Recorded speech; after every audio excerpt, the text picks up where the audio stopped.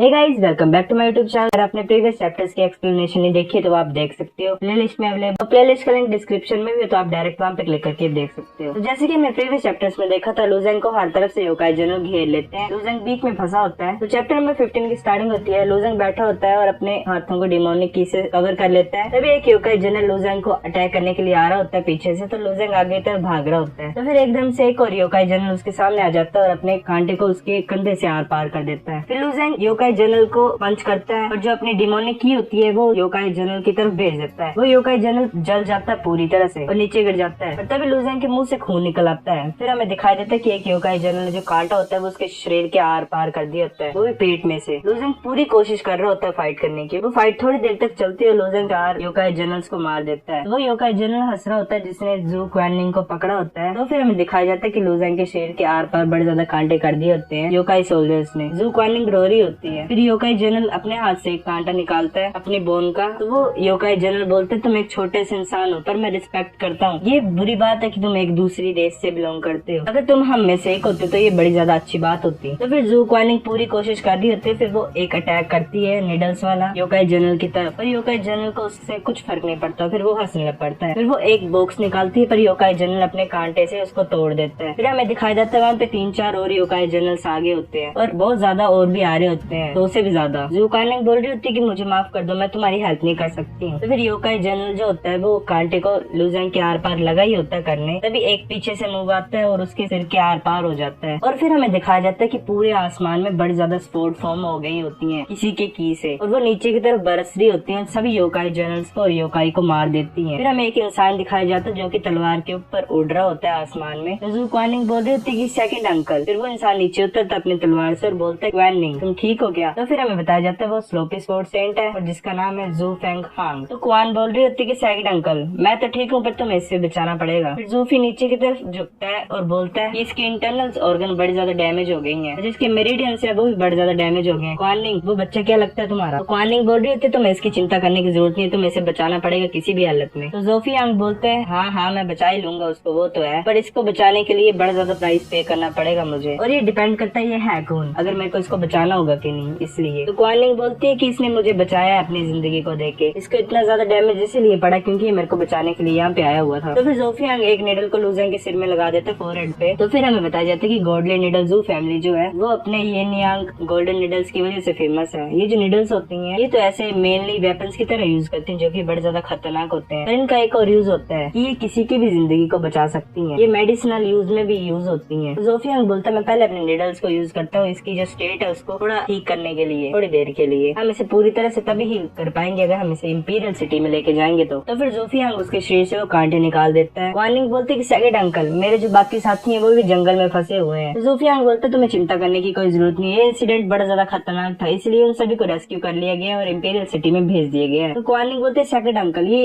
Incident इतना ज्यादा खतरनाक कैसे हो गया, क्या कोई चक्कर था क्या इसके पीछे, क्या रीजन है क्या इसके पीछे कोई। तो जूफी हांग बोलता है ये प्रॉब्लम हुई है इंपीरियल सिटी में, जो हेवन और अर्थ टावर था वो गिर गया है और जो इंपीरियल आर्मी है वो भी स्टेशन हो गई है इंपीरियल सिटी पे उसको प्रोटेक्ट करने के लिए। फिर बोलते चलो हम वापस चलते हैं पहले। फिर क्वानलिंग और जूफी हांग चल पड़ते हैं इंपीरियल सिटी की तरफ। इंपीरियल सिटी के बाहर वो खड़े होते हैं और वहाँ पे गार्ड्स बोल रहे होते हैं कि जर्नल जब भी तुम सिटी में एंटर करोगे तुम्हें अपना जेड बैज शो करना पड़ेगा क्योंकि हमें आइडेंटिटी को वेरीफाई करना पड़ेगा। तो जूफी हांग अपना आइडेंटिटी बैज उस गार्ड को देता है और वो गेट्स खोल देते हैं इंपीरियल सिटी के। तो फिर लूजेंग अपनी आंखें खोलता है और बोलता है कि मैं अभी भी जिंदा हूँ। फिर उसे एक आवाज सुनाई देती है, वो बोल रही होती है कि मेरे सेकंड अंकल ने तुम्हारे निडल्स को बाहर निकाल दिया और तुम्हारी इंजरीज को हील कर दिया और तुम्हें फिर भी कुछ और दिन का रेस्ट करना पड़ेगा। तो लूजेंग उस आवाज की तरफ देखता है और उसे एक लड़की दिखाई देती है। वो वही लड़की होती है जिसका नाम होता है जू क्वानलिंग। तो वो बड़ी ज्यादा सुंदर लग रही होती है। अच्छा ठीक है ये मैंने खुद से बोला है। वो बोलती है कि तुम मेरी तरफ ऐसे क्यों देख रही हो, तो सुंदर है इसलिए। कुछ नहीं बोला मैंने। हाँ तो स्टोरी कंटिन्यू होती है। लूजेंग बोलते है कि तुम कौन हो, जू क्वानलिंग, और मैं यहाँ पे कैसे आ गया, भाई इससे पहचाने नहीं जा रही। जू क्वानलिंग बोलती है कि तुम मुझे क्वानलिंग ही बोल सकते हो और ये व्हाइट इंपीरियल सिटी है। तो लूजेंग बोल रहा होता है व्हाइट इंपीरियल सिटी। फिर वो बाहर की तरफ देखता है। फिर वो बोलता है कि ये क्या डायमेंशनल गेट है 2 रेसेस के बीच में, मतलब ये जो गेट होता है ये 2 दुनिया को जोड़ रहा होता है आपस में, एक मॉन्स्टर वाली दुनिया को और एक अर्थ को। तो क्वानलिंग बोलती है कि हाँ इस बार जो है डीमन रेस ने वो 4 डीमन किंग्स को भेजा हमसे लड़ने के लिए और हेवन और अर्थ टावर पहले से टूट गए हैं, इसीलिए पहले से बड़े ज्यादा डीमन आ चुके हैं फॉरेस्ट में। तो लूजेंग बोल रहे होता है हम तो उस फॉरेस्ट से बाहर आ गए हैं पर बाकी डिजिटल्स का क्या हुआ। तो क्वानलिंग बोलती है तुम्हें चिंता करने की जरूरत नहीं, उन सभी को रेस्क्यू कर लिया गया है, मैं उन सभी को लाऊंगी तुमसे मिलने के लिए, जाएंगे थोड़ी देर में। तो फिर लूजेंग बाहर की तरफ चल पड़ता है क्वान लिंग के साथ, और वहाँ पे हुडियान होता है जो कि इंडिया डिसिपल है स्काई वन पीक का। वो बोल रहा होता है कि ब्रदर लूजेंग, मैंने सुना था कि तुम बड़े ज्यादा इंजर हो गए थे उस मिशन में, ये सब मेरी गलती है, मैं आया नहीं तुम्हें हेल्प करने के लिए, मुझे माफ कर दो। लूजेंग बाकियों को भी देख रहा होता है, बाकी डिसिपल्स को भी देख रहा होता है। तो फिर लूजेंग और बाकी डिसिपल्स बैठ जाते हैं, बात करने लग पड़ते हैं एक दूसरे से। तभी एकदम से अर्थक्वेक आने लग पड़ता है और बड़ा ज्यादा आवाजें सुनाई दे रही होती है, बड़ा ज्यादा नॉइसेस फैल रही होती है। तो लूजेंग बोलते तुम्हें चिंता करने की कोई जरूरत नहीं है, मैं ठीक हूँ पूरी तरह से और मेरी इंजरीज भी हील हो चुकी है। क्वान लिंग बोल रही होती डीमंस अटैक कर रहे हैं सिटी के ऊपर, जैसे कि हमने प्रीवियस चैप्टर में देखा था। जो क्वान लिंग बोल रही है कि डीमंस अटैक कर रहे हैं सिटी के ऊपर। तो चैप्टर नंबर 17 स्टार्ट होता है, हमें दिखाया जाता है जो मौसम होता है वो बिल्कुल काला हो गया होता है और जो मॉन्स्टर्स होते हैं वो अटैक करना स्टार्ट कर देते हैं। वो फ्लाइंग टाइप के मॉन्स्टर्स होते हैं और वो तीर फेंक रहे होते हैं सोल्जर्स और पीपल की तरफ। तो सोल्जर काउंटर अटैक करने के लिए अपने वेपन्स को लेके आते हैं और एरोज को शूट करते हैं उन मॉन्स्टर्स की तरफ को। लूजेंग भी अपनी फ्लाइंग नाइफ को यूज कर रहा होता है मॉन्स्टर्स को मारने के लिए, और वो टियानमिंग भी अपना ओरा यूज कर रहा होता है। वो ऐसे हवा में अपनी सोर्ड को हिला रहा होता है जिससे मॉन्स्टर्स मर रहे होते हैं। तो कुछ टाइम के बाद जो होते हैं वो डीमंस रिट्रीट कर जाते हैं और काफी ज्यादा मॉन्स्टर्स मर गए होते हैं। जो क्वान लिंग बोल रही होती है जो डीमंस है वो तो भाग गए, पर मुझे ऐसा लग रहा है कि उनका अटैक सिर्फ हमारे डिफेंसेस को देखने के लिए था। वो सिर्फ ये देख रहे थे कि हम कितने ज्यादा पावरफुल हैं और हमारे डिफेंसेस कितने ज्यादा पावरफुल है। वो टियानमिंग भी बोलता है कि जब डीमंस अटैक कर रहे थे सिटी के ऊपर तो एम्परर को हमारे सर्वाइवल की कोई चिंता नहीं थी, उसके लिए तो हम मर भी जाएं तो भी उसे कुछ फर्क नहीं पड़ता, हमें अपने सेक्ट की तरफ चल जाना चाहिए, जितना हम जल्दी कर सकते हैं उतनी जल्दी। तो एक डिसिपल बोलता है हाँ हमें जल्दी से रास्ता फाइंड करना चाहिए जहाँ से हम डीमंस को अवॉइड करके पहुंच सके अपने सेक्ट में। लूजेंग भी बोल रहा होता है हाँ। तो एक इंसान आता है और बोलता है कि बाकी क्रिमिनल सेक्ट के डिसिपल्स तो रिवार से जा सकते हैं, तो लूजेंग के पास कोई भी राइट्स नहीं है यहाँ से लीव करने के लिए। तो हमें पता लगता है वो इंसान होता है ज्यूगे किंगन, जो कि ज्यूगे फैमिली का एल्डेस्ट सन है और मिलिट्री एडवाइजर है इंपीरियल आर्मी में। वो बोलता है कि मैं ज्यूगे किंगन हूँ और एक मिलिट्री एडवाइजर हूँ आर्मी में, तुमने बड़े ज्यादा पीपल्स को ऑफेंड किया ज्यूगे फैमिली में, अब सोचो मत यहाँ से तुम जा सकते हो जिंदा। तो फिर बाकी डिसिपल्स भी लूजेंग के पीछे खड़े हो जाते हैं उसको सपोर्ट दिखाने के लिए। तो ज्यूगे किंगन बोलते हैं कि तुम इसकी साइड में क्यों खड़े हो रहे हो, तुम्हें मरने की कोई चिंता नहीं है क्या? तो वो टियानमिंग बोलता है हम किंगन सेक्ट के डिसिपल्स हैं, हम ज्यादा भूखे नहीं है जीने के लिए और हमें डर भी नहीं लगता डेथ से। तुम क्या सोच रहे हो, तुम मिलिट्री एडवाइजर हो तो तुम कुछ भी कर सकते हो। तो ज्यूगे किंगन बोलता है कि तुमने अभी अभी बोला कि तुम यहाँ से जाना चाहते हो व्हाइट इंपीरियल सिटी से, मैं तुम लोगों को बाहर भेज सकता हूँ। तो बाकी डिसिपल्स डिस्कस करने लग पड़ते हैं आपस में। तभी जो मैग्निफिसेंट ड्रैगन होता है वो लूजेंग के साइड से निकल के ज्यूगे किंगन की तरफ अटैक करने लग पड़ता है। ज्यूगे किंगन तो साइड हो जाता है पर उसके साइड की बिल्डिंग टूट जाती है पूरी तरह से। वो बोलता है कि मैग्निफिसेंट ड्रैगन, और फिर वो जू क्वान लिंग की तरफ देखता है और बोलता है तुम तो जू फैमिली से हो, मुझे कुछ फर्क नहीं पड़ता कि तुम जू फैमिली से हो कि नहीं, आज के दिन तुम सभी मारे जाओगे यहाँ पे। फिर ज्यूगे किंगन बोलता है कि मैं सस्पेक्ट करता हूँ कि तुम में से कोई डीमन है, अगर तुम में से कोई भी रेजिस्ट करेगा वो मारा जाएगा। और वो लूजेंग की तरफ नाइफ्स का अटैक कर रहा होता है जो कि उसने अपने की से फॉर्म किए होते हैं, पर उन नाइफ से लूजेंग को कुछ नहीं हो रहा होता है। फिर लूजेंग एक नाइफ को अपने हाथ से तोड़ देता है तो वो पीछे की तरफ भागता है। लूजेंग उसकी तरफ अपने फ्लाइंग नाइफ का अटैक यूज करने लगा होता है। तभी ज्यूगे किंगन अपना एक ट्रेजर यूज करता है जिससे एक आर्मर अरीड सोल्जर फॉर्म हो जाता है और वो सोल्जर लूजेंग की तरफ अपना सोर्ड का अटैक करता है। तो लूजेंग उसे अपने हाथ से रोक लेता है और उसे बड़ी जोर से पंच मारता है, उसका पूरा शरीर फट जाता है। ज्यूगे किंगन सोच रहा होता है कि मैंने सोचा नहीं था कि ये भी फेल हो जाएगा। फिर वो अपने एक कोड ट्रेजर से एक बैरियर क्रिएट करता है अपने अराउंड। लूजेंग अपने आप को पूरी तरह से डिमोनिक की से कोट कर लेता है और अपनी फिस्ट को भी, और वो उस बैरियर को पंच मारता है, उस पर थोड़ा सा डेंट पड़ता है और फिर से ठीक हो जाता है पर बैरियर। तो ज्यूगे किंगन बोलता है इस ट्रेजर का नाम डिवाइन लाइट स्प्लिटिंग मिरर है, अगर कोई मोस्ट पावरफुल मैजिक यूजर भी इसको डिस्ट्रॉय करने की कोशिश करे छोटे अमाउंट ऑफ टाइम में, पर वो भी डिस्ट्रॉय नहीं कर सकता इसको। तो लूजेंग फिर अपने हाथ को डिमोनिक की से कोट कर लेता है और उस शील्ड के ऊपर अपना हाथ रख देता है। वो शील्ड उस ट्रेजर की को खाने लग पड़ती है और जो बैरियर होता है वो टूट जाता है। ज्यूगे किंगन बोलते हैं कि ये तो इम्पॉसिबल है लूजेंग, ये व्हाइट इंपीरियल सिटी है, अगर तुम मुझे मारने की हिम्मत करोगे तो तुम पूरी आर्मी को अपना एनिमी बना दोगे इंपीरियल आर्मी के। लूजेंग बोलता है अच्छा, और ज्यूगे किंगन को उसकी गर्दन से पकड़ लेता है और उठा देता है और बोलता है कि तुम एक सिर्फ इनसिग्निफिकेंट मिलिट्री एडवाइजर हो, तुम इंपीरियल आर्मी को रिप्रेजेंट करते हो क्या? तो वो डर के मारे बोल रहा होता है कि मेरा सरनेम ज्यूगे है, अगर तुम मुझे मार दोगे तो तुम पूरे ज्यूगे फैमिली को अपना एनिमी बना दोगे, तुम्हें वो कैप्चर कर लेंगे और मार देंगे। तो लूजेंग बोलता है तुम्हारी ज्यूगे फैमिली, तुम सिर्फ मुझे डरा ही सकते हो अपने फैमिली नेम से, और तुम्हारे पास और